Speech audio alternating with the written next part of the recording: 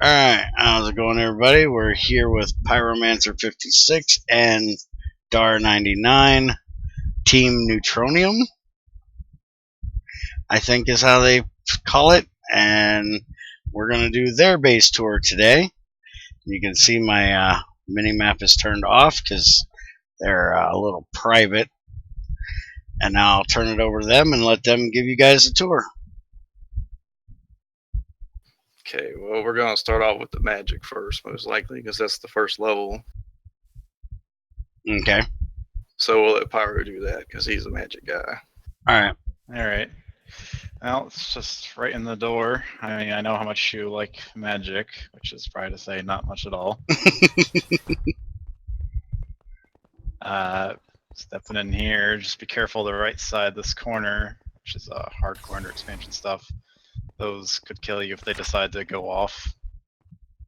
Okay. They like to do that.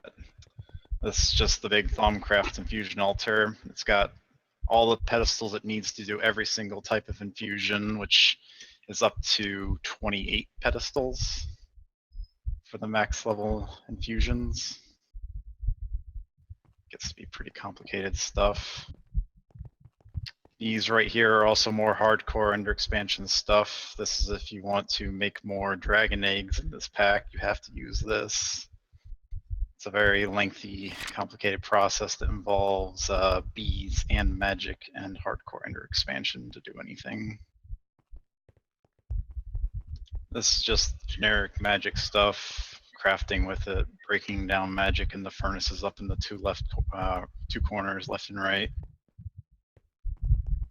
Got the quantum ring in the middle, carrying the ME system up to here instead of running wire. That looks really nice the way you built that in there. Yeah, that was Star's idea. He's mostly the creative type. You can access also the main ME system items from here. I didn't even know Thaumcraft had its own things for AE. Yep, if you want to do any kind of crafting with magic, you need this terminal. Well, you don't need it. You can use the regular Thaumcraft table, but this lets it access the computer, of course. And some bibliocraft stuff for doing enchanting books. That's about it up here. Okay.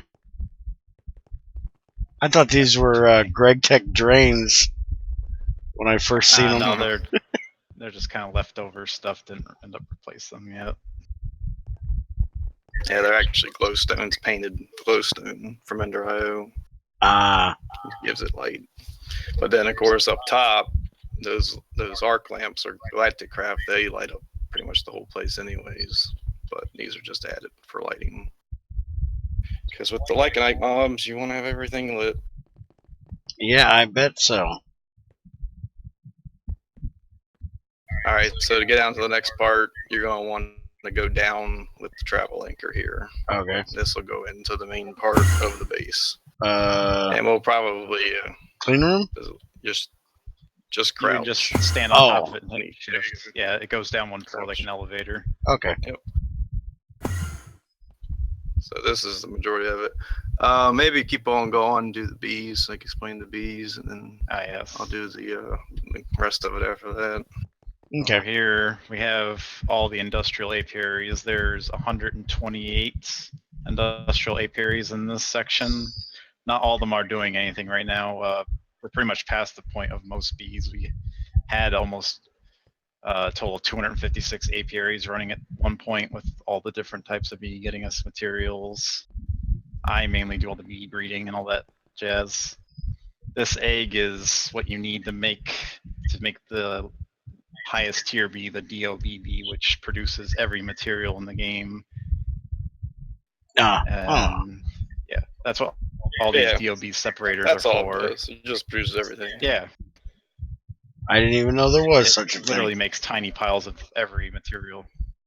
I'm pretty sure this is mostly an Infotech thing, or it's a GT5U. I don't think it's GT5U. I think it's added by Gendustry just for Infinitech, because I don't believe we have these in our GT5 pack.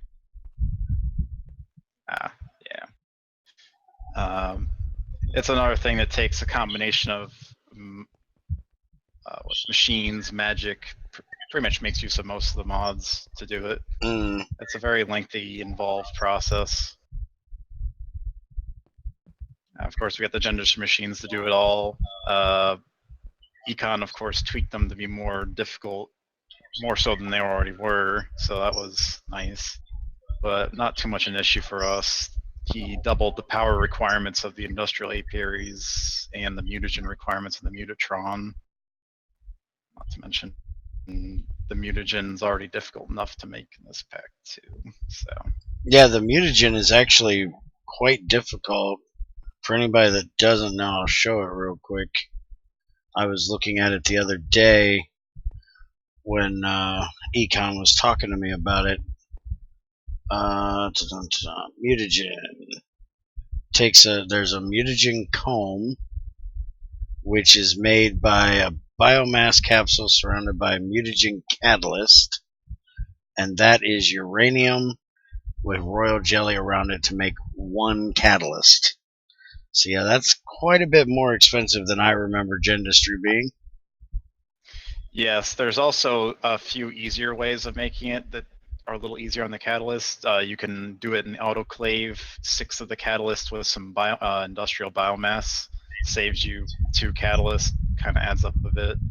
Then there's another recipe in the chemical reactor that saves you 1 additional catalyst with one of the radioactive bees materials. I didn't feel it was too much worth it, so I never bothered with that path.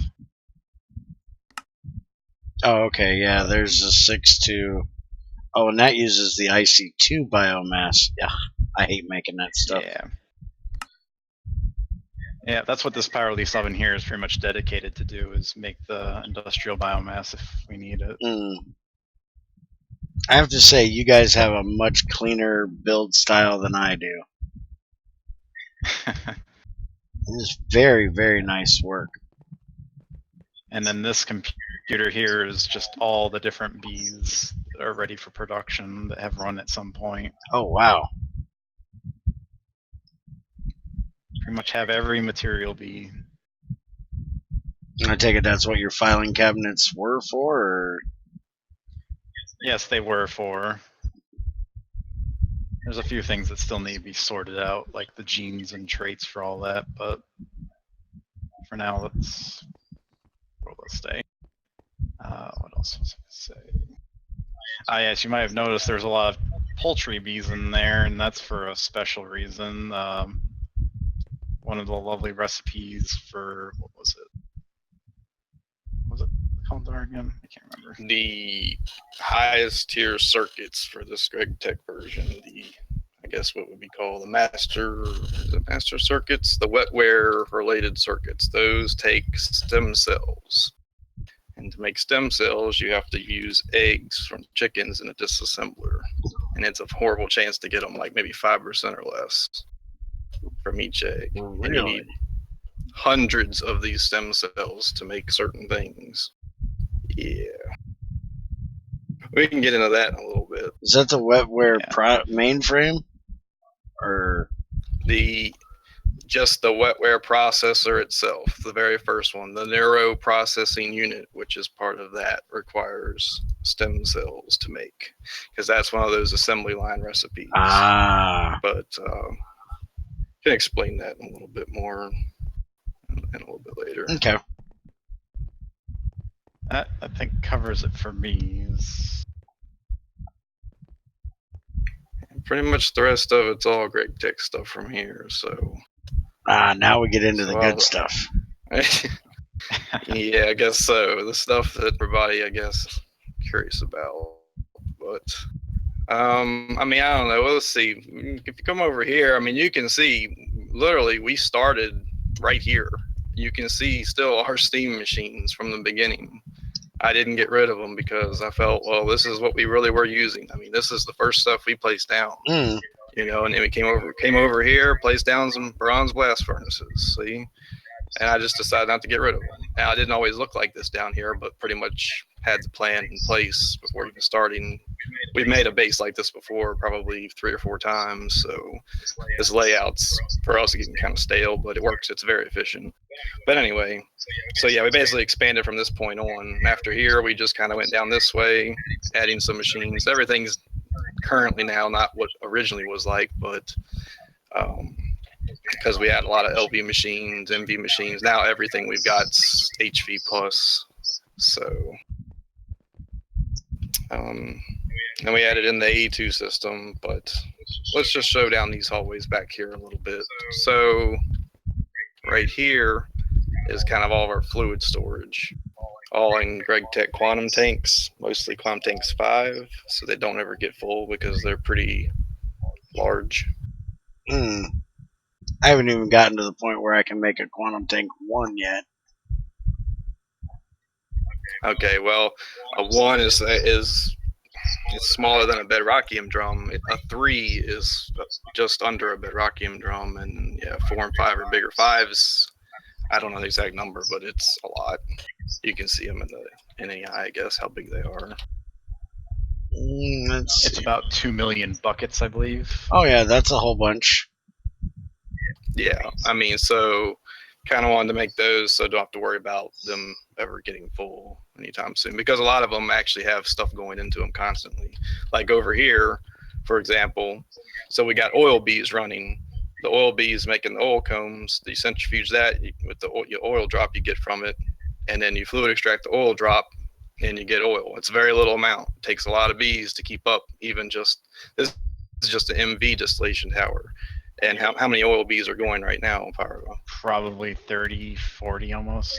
30, 40 oil bees just to keep this drum ahead of an MV distillation tower, which is the slowest you can really do it. So, but this drum here will never get empty because it is slightly faster than the tower. And then when the tower does what it does, all of that comes on pipes up over top into these drums across from it and separates it into the 4 types. You know, your sulfuric gas, light fuel, heavy fuel, and naphtha. And then another process will make those into the tanks below, which is their refined product, I guess you'd say. So are you guys running 1 distillation tower or 2? It's just 1 distillation tower, just doing the oil, and that's it. Okay. And this other stuff, like say to go from heavy fuel or sulfuric heavy fuel to heavy fuel, we just put like a drum in the tank. That's a nice thing about these tanks. So see, like right here, I can take a drum, okay, and I can put this drum, say, in the sulfuric heavy fuel tank, and it completely fills the drum up, just like putting a bucket in there. So you see, now there's a completely full drum.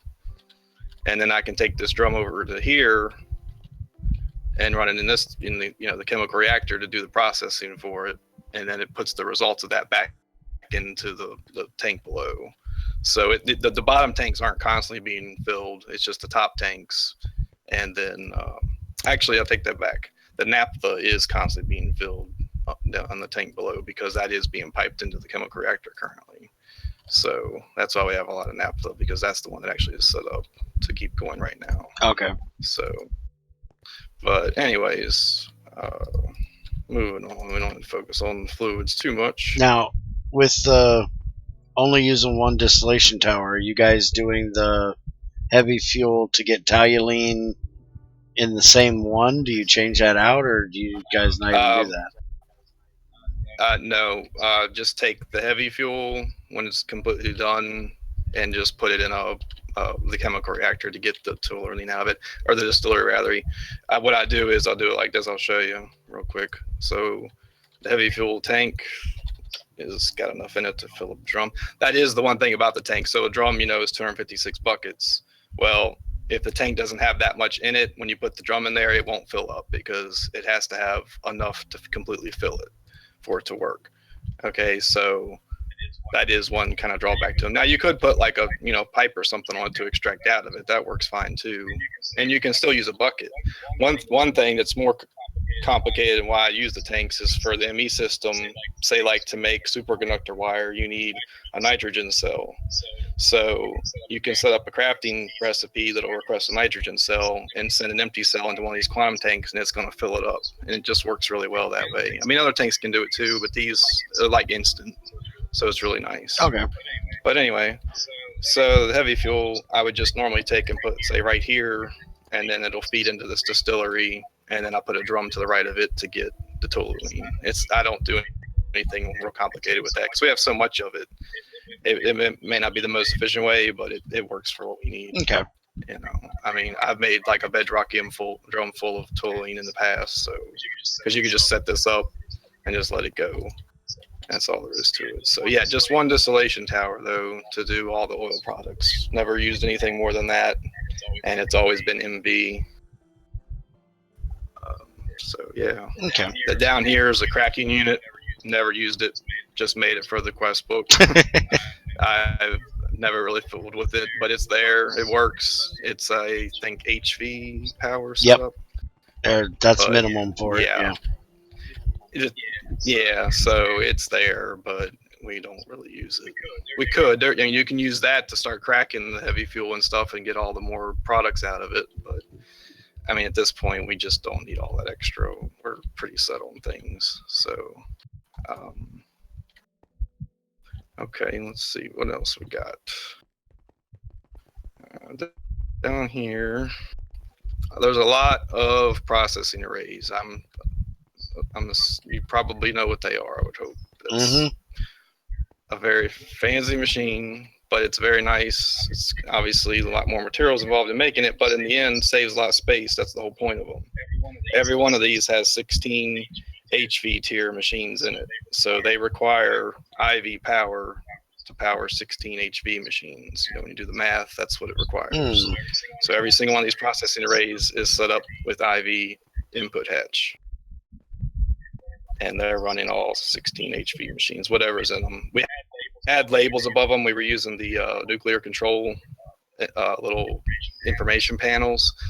Started crashing Pyro the other night, so we took them out. We've had problems with them in the past. They seem very glitchy. I don't know why, but it's these guys here. I can show you one. These guys. Yeah. They are very buggy, and they have had problems in the past. We've been on another server before where we couldn't even stay logged in for more than like a second or two, and it would start crashing us. So we had a heck of a time getting them removed. We're using them here. Thought maybe the problem was fixed, but it's not. Be careful with the energy sensor cards with those. I don't know if it does it with GT5, but we actually crashed our GT6 server just by trying to use one on a Gregtech 6 battery box. Okay, well, yeah, the server we had played on in the past, we used that that was like the only reason we used it was just to be able to see the power in the buffer. You know, it's kind of a nice informational thing. And we only had the one, and then it got to the point. I mean, had it working for like a week or two, and it was fine. And then all of a sudden, out of nowhere, it just started crashing us, and it really was the problem. I mean, as soon as we took it out, no more problems. And even in the crash log, it showed that was the issue. And even the other night when Pyro started crashing, that's what the problem was. We had about 8 of these around here, so I had to run around the base because it wasn't crashing me, and got rid of them all. It was nice to label stuff, and I was going to do more, but unfortunately, it's just not something we can do. Risk having crashing all the time, you know. So yeah, I know which is in each machine because I placed them down. But for someone to come in and not know would be a little tricky. You just have to look at each one and figure it out. But pretty much every machine you would use is in a processing array for us. Like this one here is kind of easy to figure out. It's got a lubricant drum in front. That's the cutting machine. So that's running 16 cutting machines in there. And all of these machines, like everything you see, is hooked up to the ME system. Everything can be used with auto crafting. We have probably over 500 recipes in the computer that makes just about everything. Even simple stuff like a bucket is in there. Oh, wow. Yeah. So it may take a little while to load if you look at the terminal, but we can look at that in a second. It is a lot of stuff. So like this one here, ore washing plant, and then we have a interface. We do things a little different now because since we had bees, but that would be set up to input certain ores to make them, you know, to wash them and then take the process further from there. Let's see, this one, the lathe, that's pretty simple, just a lathe. The next one, centrifuge. That one could be, well, it is doing something right now. That's doing some propolis, apparently. Yeah. Yes, that comes from the bees. And I had used it in the past to do the deuterium for the helium plasma, but that was just to get it done for the quest book. We never really made use of that, but it was set up to be able to do fluids as well. So, and then assembly machine at the end. One of these assembly machines does cable because it'll take in the rubber input, and it'll autocraft just about any cable that's mainly used. This one on the other side is another assembly machine. That one's set up to do, I believe I think it's either the redstone or it's the plastic. I'm not sure which one that is, but it's just another version of one of those assembly machines that you need a certain fluid in, and it handles that, with the computer sending the materials in. There's a lot of those. Let's see, opposite wall here. We got a chemical reactor. This one actually is very complicated. It's doing all of the new circuit parts, like the fiberglass boards and the epoxy boards, all that kind of stuff is being run in this. And I could possibly just show you inside under here real quick. That one's also all EVs in that one. Yes, this one's also upped in power quite a bit. So it's actually got an LUV input hatch. But what this one does is you can see the interface there to the left of that iron chest. You see the ME interface. That'll show you those are the patterns that it's able to make with the computer. Or well, we call it the computer, but we mean the AE2 system. So those are the crafting recipes. So it can take all those different parts. It has multiple fluid extractors at the bottom that will take the different let's see, like for instance, the HPIC wafer takes the indium gallium phosphate dust, and then the wafer that doesn't use a fluid. But then the other kind, the nano CPU wafer, needs a glowstone as fluid. So that you put in a block of glowstone in the recipe, it'll take the glowstone, it whitelists it to the fluid extractor, makes fluid glowstone, puts it in the input hatch, and then it runs and uses it. It's pretty smart about using the fluids too. The processing arrays are. So it works out really well. The other one, of course, is a more advanced wafer that takes gallium arsenide fluid, and that's used to make qubit wafers. They take a long time. They actually take a minute a piece. That's why I sped this one up. They only take 30 seconds at EV speed. Still takes a while. And there are recipes that we've made that takes hundreds of these things. And some of this stuff, this higher end stuff, really takes a very long time to make. That's why there's all these processing arrays, just try to speed stuff up. Otherwise, some of this stuff that's in game could take like an hour or longer just to make one thing. Even with AE crafting, it's ridiculous, really. But so anyway, there's alloy smelter, electrolyzer. These on the end here, there's 4 setups of chemical reactors, HV. They were used to make radon, just constantly running plutonium back and forth through it and filling up that bedrock drum up top with radon. Radon's involved with fusion reactor things, like making a quadria mostly is what that's for, but it's used for other things like duranium too. So you need lots of that to make certain stuff. Okay. Also used to make the quantum stars and ions. Yeah. Yes, it is used to make those. Those are made in a different setup and use a different. I have just like HV, just a single chemical reactor making it for those because you usually don't need a lot of them at once. But I mean, this here kind of shows this is how the base is powered. We never really explained yet how all of this is powered. Everything is powered from Naquata, enriched Naquata. Everything is off of one of these Naquata Reactor Mark IIIs, which is LUV output. Okay, and then sometimes it's transformed down. So in this case, this one's transformed down to make 4 amps of IV, and that keeps this battery buffer here full to run all these processing arrays safely. they don't all use IV power, even though you have the hatch on there. A lot of the recipes, when you convert up the power, it doesn't equal a full amp of IV power. That's why most of this stuff can run and not have issue. And even if it did, there's 16 batteries. There's only 12 processing arrays.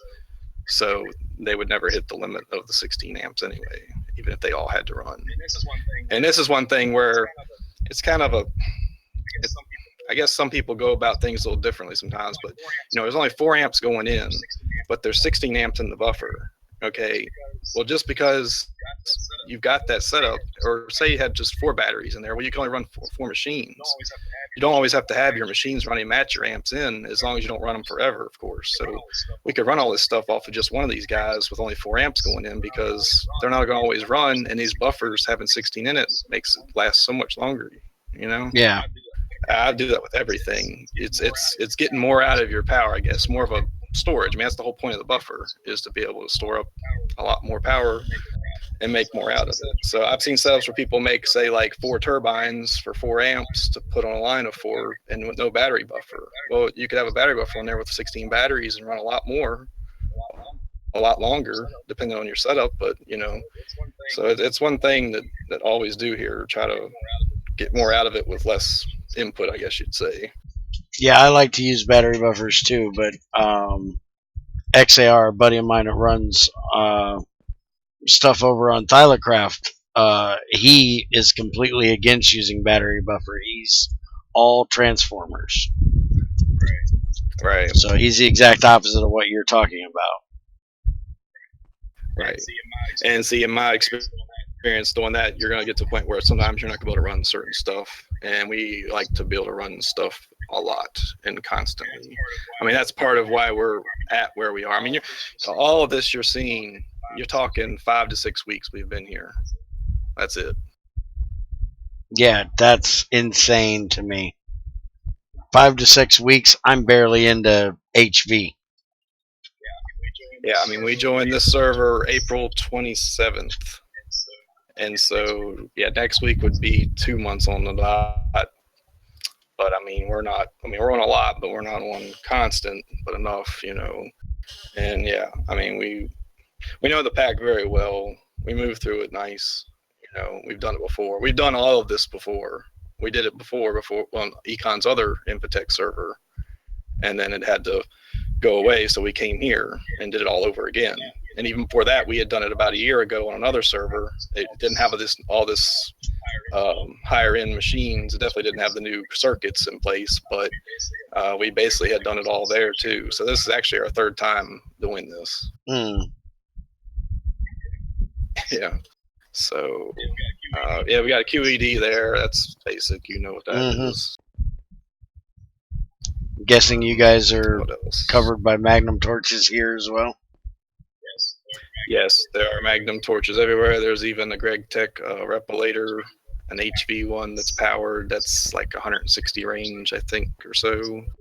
So we've got a couple things going. It's also well lit too. I mean, just in case. How does that work with the Lycanite mobs?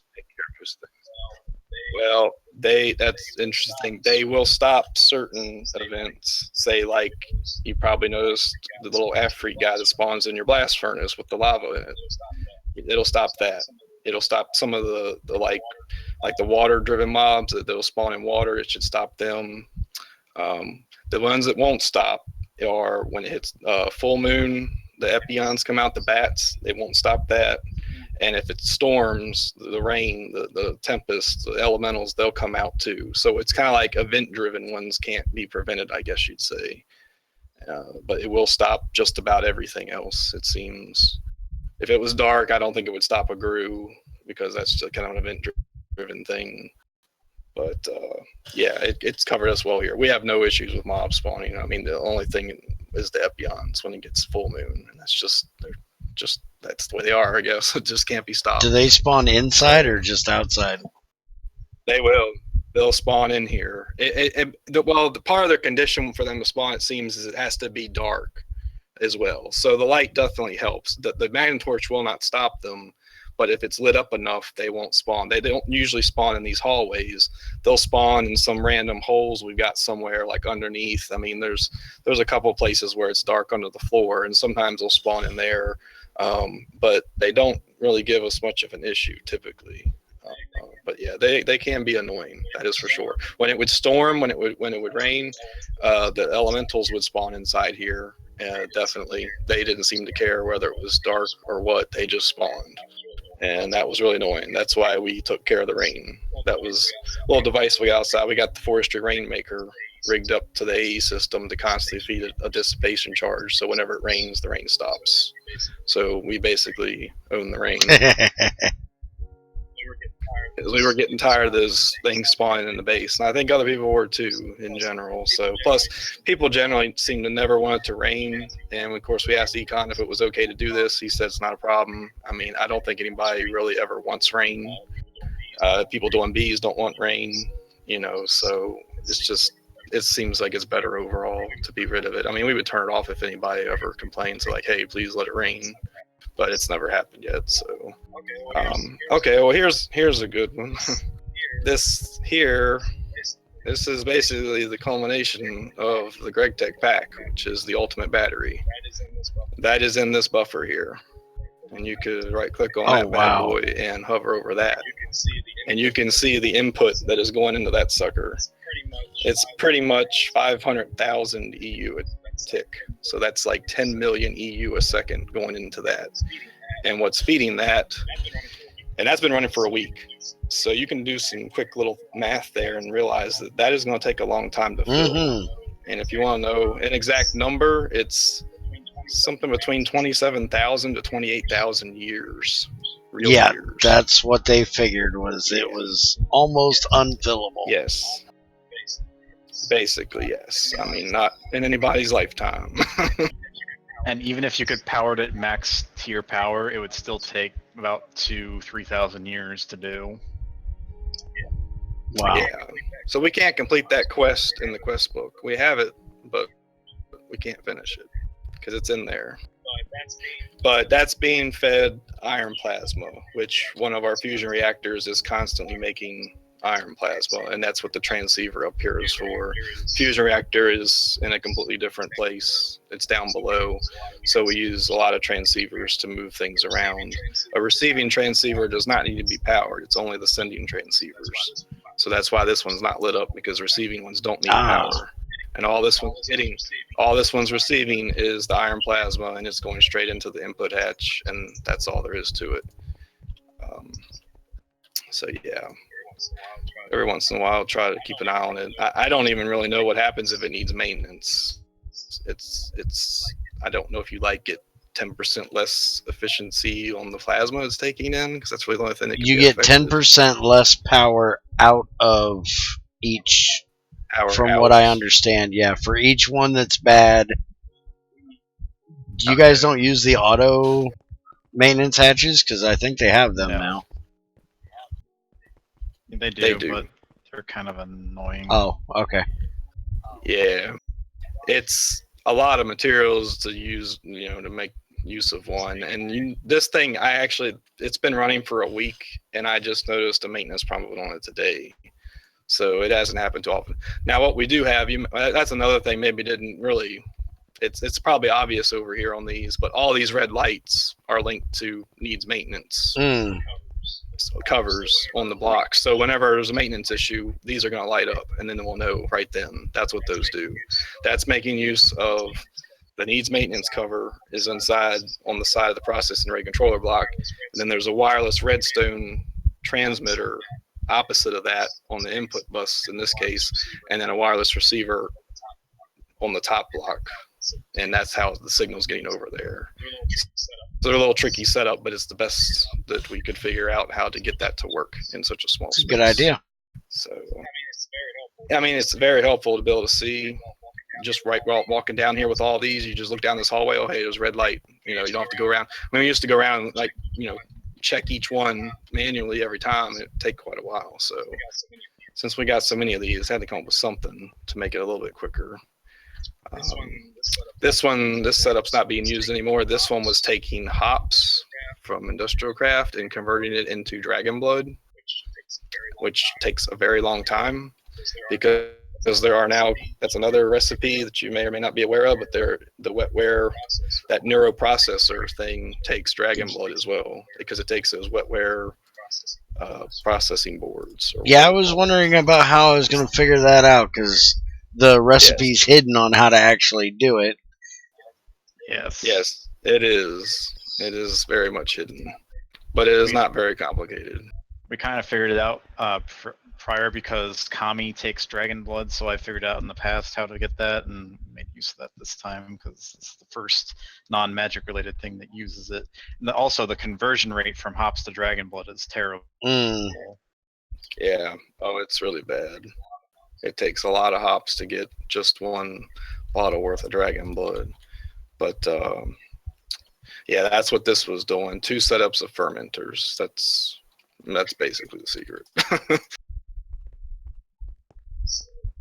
So down here we got, this is the replicating setups. These are not, they're all running, but it is not the full vision I had for it. Wanted to fill out the rest of the space with them, but we just got to a point where we had plenty of stuff and really didn't need to be doing it.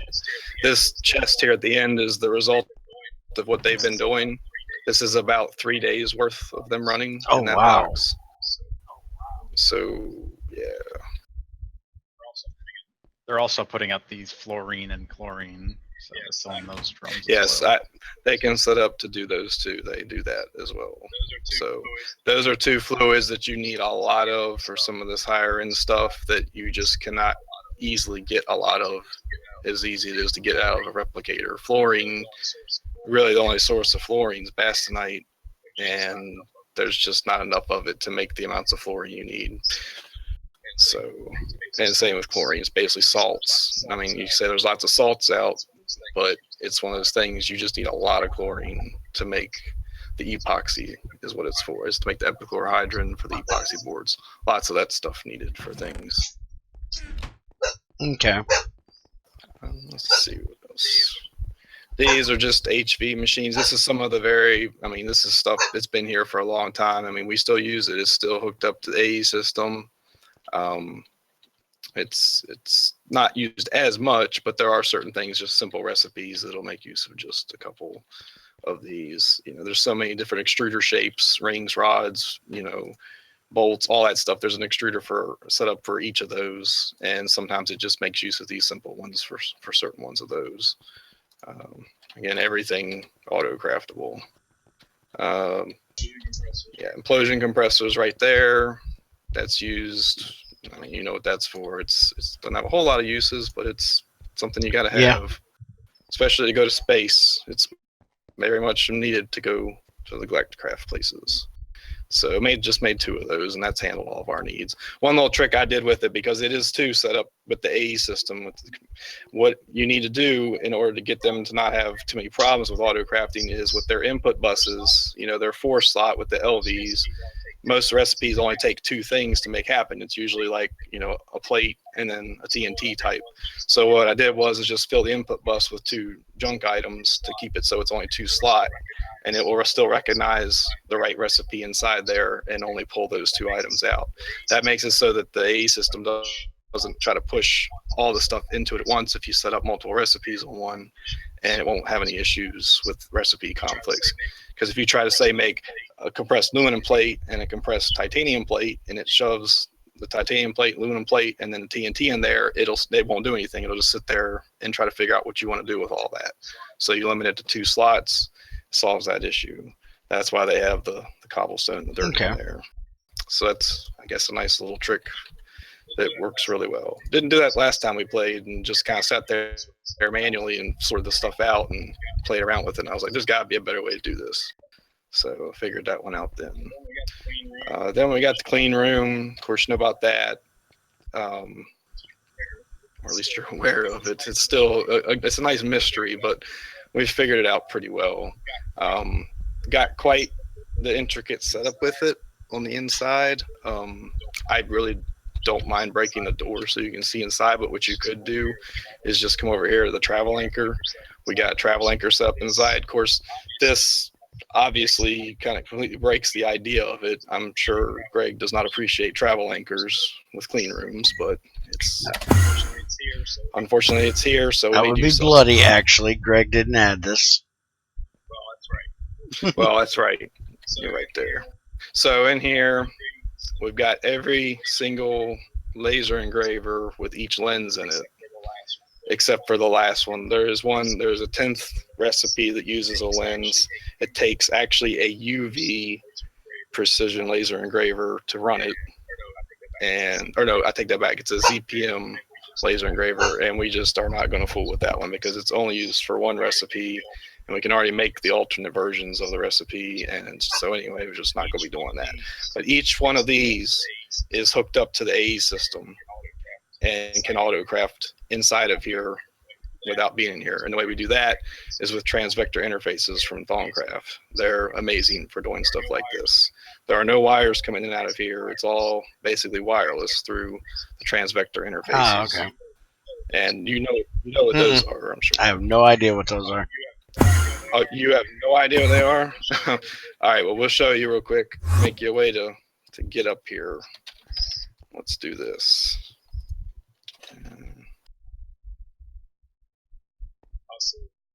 Also, we got the wireless terminal. That's in my hand there. Anywhere in the base, the range is set to the distance of the base and beyond. So anywhere we are, we can get anything out of the AE system as we need it. Let's do this. Yeah, for us flight challenge people. Yes, for the flight challenged. What is a ladder? Oh, well, I forgot how fast work. those dark steel ladders were. Yeah, they get you up there. So the transvector interfaces, what you do with them is you can link them to a block, and they work with Gregtech blocks, which is surprising, but they do. So each one of these transvector interfaces is linked to one of those laser engravers down below. Okay, and then you can see all the AE system cable and stuff set up with them. Basically, each interface is outputting the item that goes to its respective laser engraver. And I kind of tried to color the cables depending on which color type of lens is in each one. It didn't work out for all of them, but for the most part, there's a green lens, a blue lens, a white lens. There's like Ender Pearl lens, so there wasn't really a good color for that. But tried to kind of set up in a what kind of made sense way, visually. And what that does is it puts an item in, and then of course the black is the output channel, and it just pulls the output right back out. And I mean, it works flawlessly. It's great. And then of course the maintenance cover on top with the red light on the side, that's what the redstone is for down there. And yeah, I mean, it works great. I mean, we wouldn't even have to even go inside of it, except for to go in to fix the maintenance. Because when you put the maintenance cover, or no, I take that back because the maintenance cover's on the edge. So never mind. You really wouldn't have to go inside it ever because it's always on. Or we have it constantly running 24/7. While that's not, I guess, necessary, we just do it because we have absurd amounts. Yeah, we actually run our clean room 24/7 too. Yeah, I mean, if you know you're not going to use it for a day or something, you could turn it off. But when you do that, it's going to lose all of its progress, and you're going to start it up again. And it's so slow to get that clean room back up to 100%. At least when you're running on EMV like I'm we assuming. Yeah, this one's set up as EV, and then most of the laser engravers are EV as well. Of course, the power for those is coming in the back with cable, but there are two laser engravers that are LUV, and they just have a battery in each one because it was just going to be too much trouble to try to wire up that as tight space that is. So I just put a Lapitronic cluster orb in each one of those, and that lasts a very long time. I mean, that has so much power in it. Even to be running those recipes, it lasts. So that's another way, of course, you could get your power into your machines inside your clean room is just use a battery. And then just keep an eye on it, go in and out, check on it once in a while. It'll last a while. It's one way of doing it. It can be a little tricky to get the cable set up on the outside, given your situation, So, but yeah, transvector interface, very handy. Use it for a lot of stuff. This isn't the only place it's used. but it is definitely one of the most useful places it is used for sure. So moving on, we got this is, I guess, the main power area, I guess you'd say. We got an HV buffer up top and then an IV buffer down below. The IV is powering most of the stuff, but the HV buffer has actually got cable running enough over to power all the HV machines that are over here. That's what we originally had used. I mean, you work your way up through the packet core. So this HV setup has never moved. All it did was just add the IV buffer underneath later on once we had the means of powering that. And we didn't go straight into Naquata. I mean, give a little bit of history on that. I mean, we started off with steam, of course. We went from steam to nitro diesel. Okay, so we collected a lot of oil to be able to do that. I think we have 4 HV diesel engines just powering a buffer, this buffer here. But again, had 4 amps going in, 4 turbines or going into it, but had 16 batteries in it. So we could run 16 HV machines if we wanted to, and couldn't just sit there and have to wait. If we only had 4 turbines, could only run 4 at a time, we could run lots of HV machines. It speeds things up so much doing that, So then from there, we went to EV using the diesel engine. Once we had the titanium to do that takes a while, of course. And then we went from there to upping it. But basically didn't even fool with it being EV power. We immediately, as making it, used the oxygen input to make it output the near IV power. It's actually 6144, but you pretty much have to have an IV dynamo hatch on it for it to output the proper power with that. That is important when you up the diesel engine to that point. But then from there, once we had EV power, EV/IV types of power, we went into space and did galactic craft. And the goal was to get to the asteroid dimension to find Naquata, because that's the only place you're going to find Naquata, and mainly the correct way, the enriched Naquata that you get from the ore. Now, the byproduct of the ore is the enriched Naquata. That's the only kind that will make the power for the reactors. And the Naquata reactors only use enriched Naquata. So the EV type one will use bolts, and then the IV one, I think it uses bolts too. And then, of course, the LUV one uses a cell. But it doesn't actually have to be a cell. It just has to be fluid. That's why we have a drum of it right here. So what happens is this drum is just constantly being filled from the enriched Naquata ingots we have in the AE system. And then that's being pumped into this one here directly. But then there's also a fluid conduit pulling out of it and sending it into this one transceiver that's below here. And then that transceiver is distributing it to several other transceivers around the base with Naquata reactors set up to power all these other individual setups we got here and there. So there's only one source of the fluid. This one transceiver feeds all of the different places where it's located. And we got a lot of them. There's probably about a dozen of the receiving transceivers from this one transceiver here. So it's like wireless power in a sense, but it saves cable by doing it that way. Quad reactors, very good for doing power all over the place for sure. A plasma generator would be the same. You could have plasma being made and have that sent to a transceiver and do that. Of course, you could do it with a lot of things. I mean, you could do it with your fuel too. You could do it with diesel, same idea, but your receiving end of it's just not going to be the same. An HV, a turbine, a gas or a diesel engine is not going to be quite the same power output. But it all depends what you're trying to do, with the pack. We set our eyes on doing everything. So that push for Naquata is very important if you're going to try to do everything. And you can't really stress that enough. It's just something you got to have it. Some of these things take so much power to run the fusion reactor. I mean, to make Neutronium, you have to have something. You'd really have to go to a lot of extent with steam or even diesel. You'd have to have a huge buffer of something storing up power to be able to run things, to be able to keep up, So yeah, basically it was steam to nitro diesel to Naquata. It was basically just 3 steps. We didn't use biogas. We didn't do anything else in between. None of that. It just was 3 steps of power, pretty much, as far as the sources. course, a big part of the Naquata is making sure you make the most out of it using the advanced miner to get all the possible ore you can get extra crushed. It also gives the byproduct of the enriched as well. And then Yes. I rush the bees typically to try and get the Naquata bee to quadruple our Naquata input, which also gives you a byproduct of 1 ingot's worth of enriched at the same time. It's all about making the most use out of all your material. Did you guys see with the new update there's going to be multiple miners? See something about that. Yes, that is fancy. I think there's 3 levels of miners now. And they're actually changing the name of it from the advanced miner to a ore plant or something like that, ore drilling plant. I don't know why they need to change the name of it, but yeah. I think I'd actually change all the machines.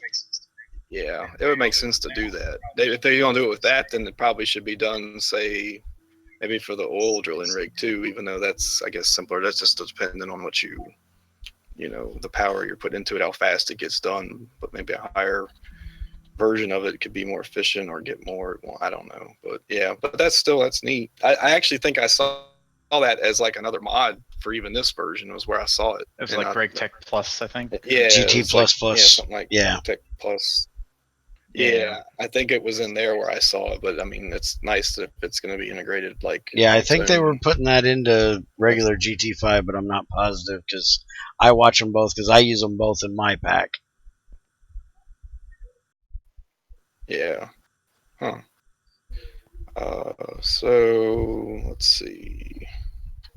Just typical. Well, we got blast furnace, a quad alloy coil that basically reduces the power consumption and of course increases the heat to max. You need this coil to build and make Naquadria if you're going to smelt Naquadria. Now, normally that's made with the fusion reactor and you wouldn't have to smelt it if you just solidify the fluid into an ingot. You can skip that process, but that's pretty much what this coil is needed for as far as making any material. But again, of course, you have to have Naquadria. I can't remember. These are IV. Both of these are IV powered, and then the 2 vacuum freezers are IV powered. These 2 blast furnaces are LUV powered because there are recipes that require an LUV blast furnace to run. Yeah, that's actually the quad alloy requires the LUV blast furnace to run, and it takes a little while to do. So then we got on the back side here is just the battery buffer for that. Again, here's an example. Got a Naquata reactor right here. Boom. That's going straight into low voltage battery buffer with 3 batteries. Well, it's only 1 amp going into it, but there's 3 amps coming out of the buffer. So it can run this LUV extruder if it had to, plus the 2 blast furnaces without issue. And this Naquata reactor can keep up too. I mean, it is only 1 amp technically going out of it, but the amount of power that's being used and the amount of power that these are storing, it can run for a very long time, even with only 1 amp going in if you were to run all 3 of these at once. So if it was just the one Naquata reactor without the buffer, well, we could only run one of the blast furnaces at a time. If we tried to run the second one, got problems, they'd both shut down. So, and then supposedly the coils are supposed to help reduce the power consumption. Yeah. From my understanding, for the recipes. So by doing that, it's also not really needing the full amp of LUV for the thing that needs it. So that helps too. That's a lot of reduction there. So, okay. How about this guy here? I haven't even thought about looking into this thing yet. Yeah. This thing's complicated. It's not as hard to make as a fusion reactor by no means. It's just it's a varying size machine. It's the assembly line, and this is what you need to make any of the recipes you see in any eye where it shows scanner. This is what does those. because what you do is, say for example, if you want to make any of the LUV parts, like an LUV emitter, which is used a lot for this higher end stuff, you have to put an IV emitter in a scanner along with a data stick, and it scans the recipe onto the stick, and then you have to put the stick in a printer with a book. It prints the paper, or you put the stick in a printer with ink, it makes paper, makes the pages for the book. Then you take the pages with a book and glue and an assembler, and it gives you a book. And these books are right here. You can look at one just to show as for an example. In this box are all the different recipe books. And this is the most useful of the stuff. There are more than these, but you could take one of these books out of here and just take a look at it, and it tells you the recipe to make the part. And then from there, you figure out what you have to put in this sucker in order for it to run this stuff. It's a very neat way of doing things, I'll say, but it's also very specific. So where you have recipes that have interchangeable parts, say like the new circuits can use that, the machines can use 4 different types of circuits for the same machine. These recipes have to be exactly what it says in the book. So what it ends up doing, it forces you to go back a lot with recipes. Say for an LUV emitter, it wants 7 mainframes, I think.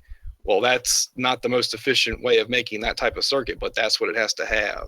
And so what the book says is what it requires. And then basically what you do, the controller block takes the data stick. So like actually right now, I have it set, to make an LUV field generator. And this is hooked up to the AE system as well. So if I wanted to make an LUV generator, I could queue that up and it would do it. It takes quite a while because, for example, just to make one LUV generator, it has to make 224 nanoprocessors. That's the HV tier circuit. It has to make 224 of those. It has to make 16 quantum processors, 8 crystal processors. I mean, it's got to do a lot of stuff. One LUV emitter takes 2 IV emitters, 2 EV emitters, like 4 HV emitters. It takes all kinds of different parts to make these things. And then a field generator takes several of those, and it adds up. It's just a crazy amount of materials. You're talking over 500 copper. I mean, it's a lot. And this is one of the simplest things to make too. And some things take, like each quad reactor takes 2 of these LUV field generators. It's just some of the material requirements for this stuff is just really out there. Once it starts, it really adds up, but like you can come down here, actually this is for the flight limited, I guess you'd say. So right here is how the AE system works. You could right click on that interface and see all the different stuff that it could possibly make. It will actually make the tier 3 fusion reactor controller block if I put the stick in there and tell it to go. And that is a very complicated thing. You can see on those recipes, just by hovering over them, all the amounts of stuff it takes to make those things. It is just I actually can't because I'm not allowed to look at your interface. Oh. Well, that is unfortunate. Could disable that temporary for now, or go get your biometrics card real quick. Hang on one sec. I didn't know that was a problem. I thought you could see it with the other one. Hang on. We'll fix that. We can fix that.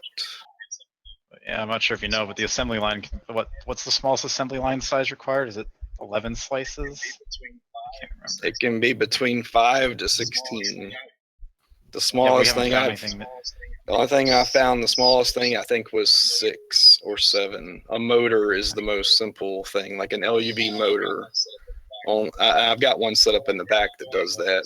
What I ended up doing was, in the past, we've only ever had one of these assembly lines, and it gets a little annoying after a while when you need to make a lot of this stuff to keep swapping that data stick out, because it can only make whatever the data stick's in it that says to make. So I made a decision this time around to make multiple of these assembly lines, one for each specific part.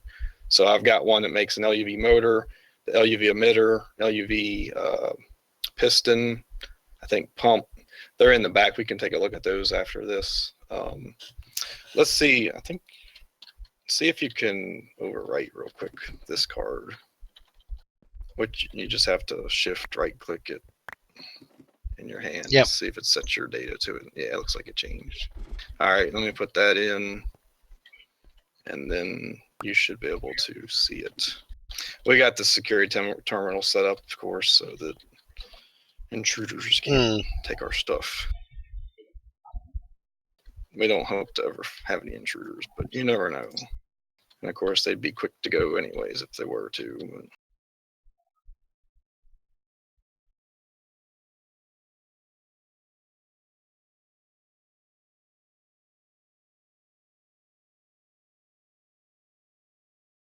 All right, see if it works now.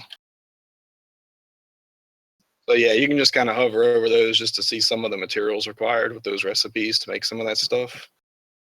It's some pretty insane amounts of stuff. Like the two on the end are the obvious worst things to be trying to make. The ultimate battery requires 4 of those wetware mainframes.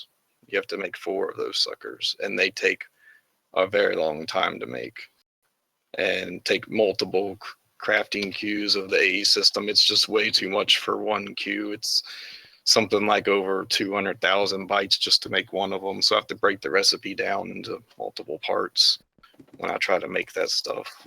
We were working on a second ultimate battery, and I've kind of halted progress because, I mean, we got the one. A second one's not really going to do a whole lot for us, so we're kind of just saving the Neutronium. It takes 52 Neutronium ingots to make one ultimate battery now, whereas in the past it was 16. So the amount of materials required is just insane compared to what it used to be because of the new circuits, the new recipes. You didn't used to make the ultimate battery with the assembly line. You know, the other versions, you just made it with the assembler. It was 8 of the LUV batteries plus 16 Neutronium plates, and that was it. You know, you're done. Now it just takes, Econ jokes about it takes like half the world's resources just to make one. And it really does. I mean, it's like 12,000 polysilicene plates to make one. It is just,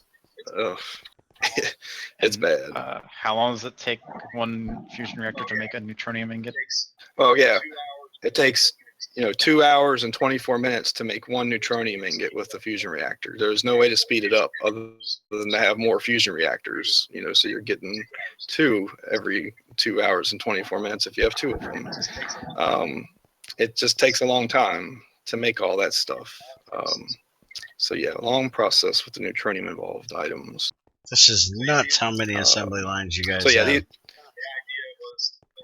The idea was to fill in every slot here with one, but I even got to the point where I was getting tired of making them because they are quite the pain. But each one is set up to do a specific item. Like this one here, this one makes UV emitters, like the last tier of emitters. Okay, and you have to have the power going into it proper for it to run that kind of stuff. So they have energy orb clusters rigged up to them. So they're all kind of standalone energy. They don't have a wire hooked up. There's not a quad reactor hooked up. It's just a battery. And yeah, it makes it go. This one makes the neuro processing unit.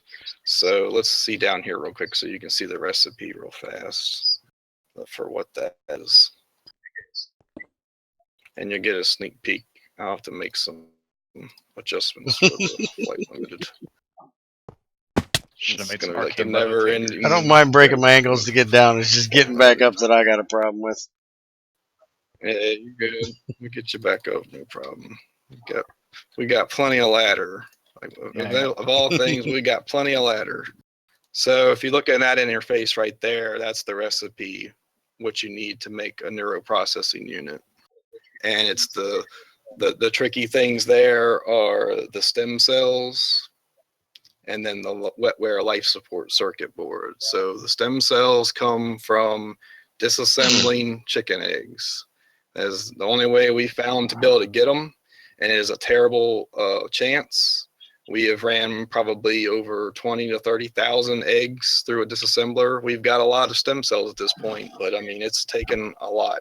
And to make one ultimate battery, which is what this is ultimately for. I mean, this is why this is here, was to make the ultimate battery. It's pretty much, I guess, its main use. There are some other recipes, but that's why it's here for us.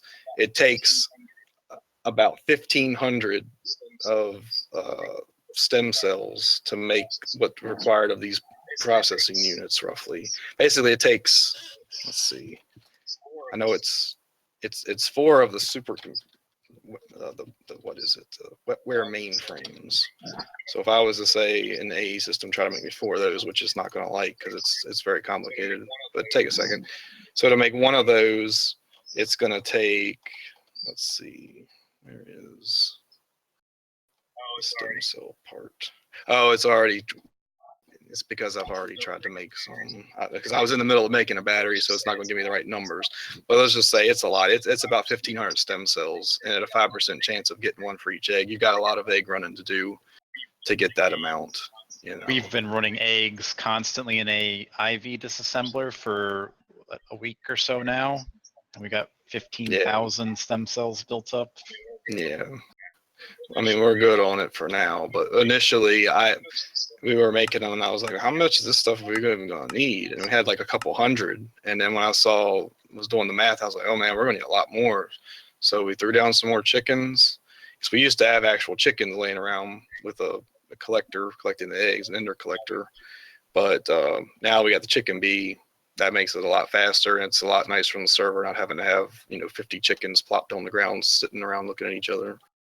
So that's another thing. We try to make our stuff as server friendly as possible. I mean, we try to be mindful of that.